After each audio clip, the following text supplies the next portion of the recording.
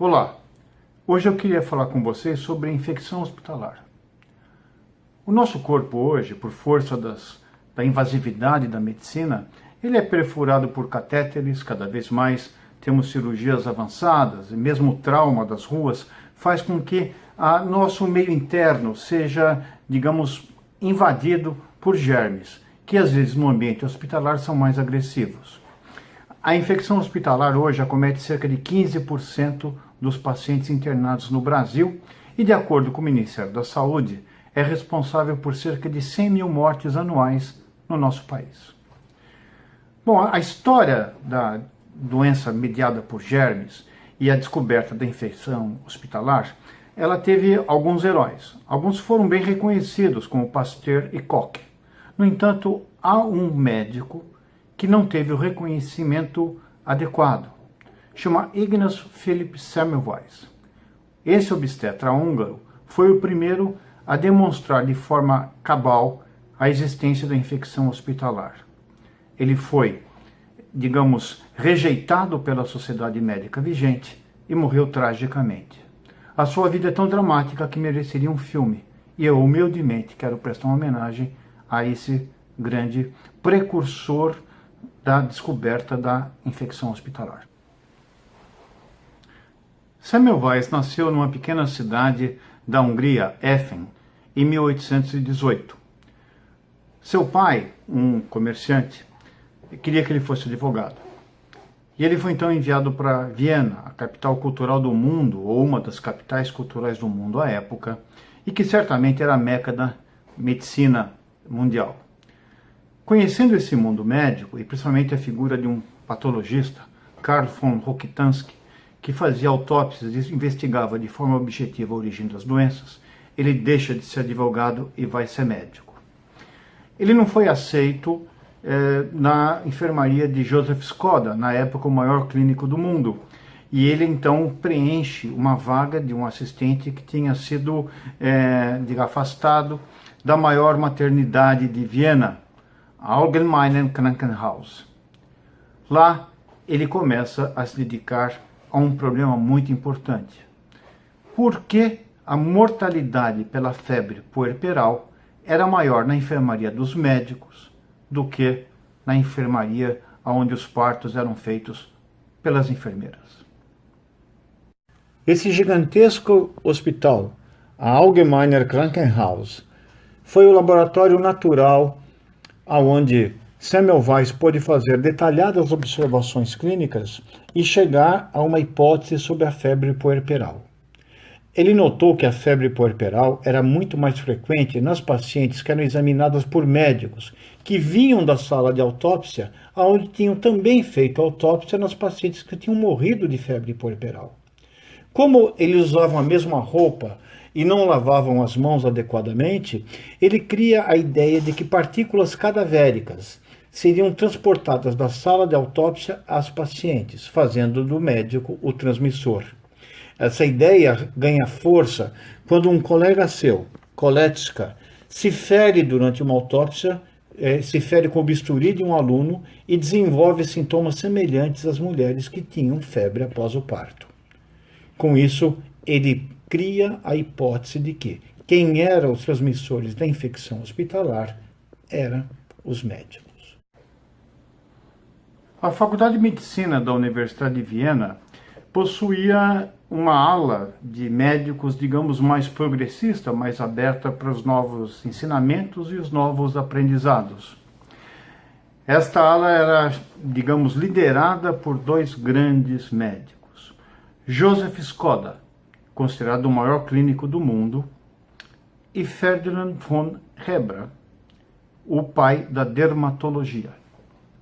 Ao saberem dos resultados de Semmelweis, eles apresentaram e ajudaram Semmelweis a apresentar esses resultados na Academia de Medicina de Viena.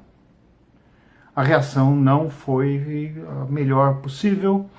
A maior parte dos médicos não gostou da ideia de você subverter não só o conhecimento, como também sugerir que eram os próprios médicos que provocavam o dano às pacientes.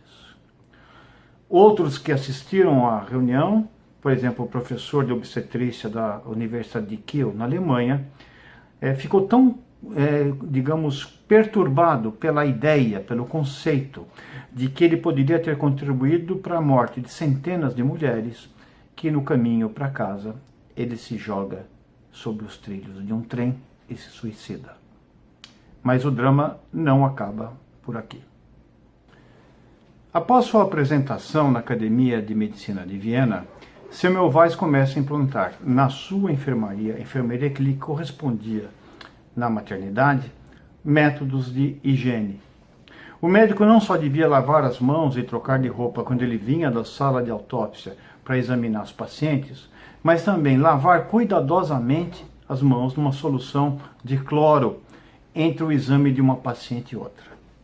Com isso, ele conseguiu reduzir drasticamente o número de infecções hospitalares e o número de febres puerperais.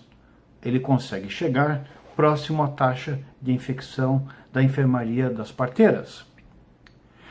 Em vez de receber, digamos, um apoio, ele começou a ser ridicularizado, não só pelo fato de ele estar introduzindo um conceito novo, como também por ele desafiar um pouco a ideia, apresentar uma ideia desafiadora, que era de que os médicos poderiam ser os carregadores das doenças.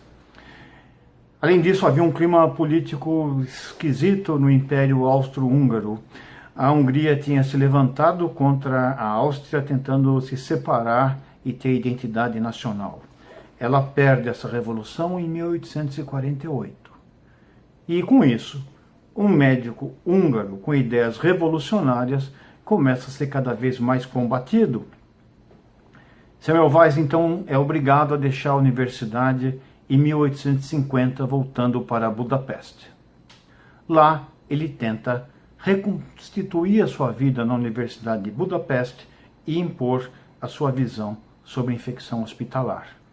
Mas não foi bem isso que aconteceu.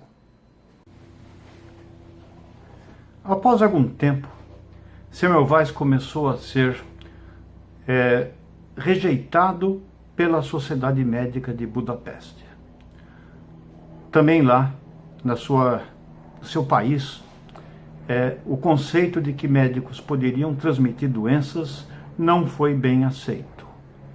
Ele começa então a mudar o seu comportamento, passa a beber demais, ele começa a ficar emotivo, ele começou a chorar em aulas e ele comete um outro erro importante. Ele compartilha com os parturientes a ideia do risco da infecção hospitalar. Isso também era demais numa época onde não havia diálogo entre médico e paciente. Bom, isso não fez bem para a sua saúde, ele começa então a ter um comportamento estranho e foi declarado como insano pela Associação Médica de Budapeste. Ele é internado à força no manicômio em Budapeste em 1865 e lá falece algumas semanas após, vítima de uma gangrena, possivelmente causada pelos castigos físicos que eram impostos aos lunáticos de então. Semmelweis morre esquecido, com pouca gente comparecendo a seu enterro. Essa pessoa, então, esse médico, mostrou como, por vezes, o progresso da medicina é obtido com sacrifícios pessoais. E como a pressão psicológica da rejeição e a intuição de que fora responsável pelo sofrimento de centenas de pessoas pode comprometer a saúde mental. Minha homenagem a esse grande médico. Espero que vocês tenham gostado. Um abraço.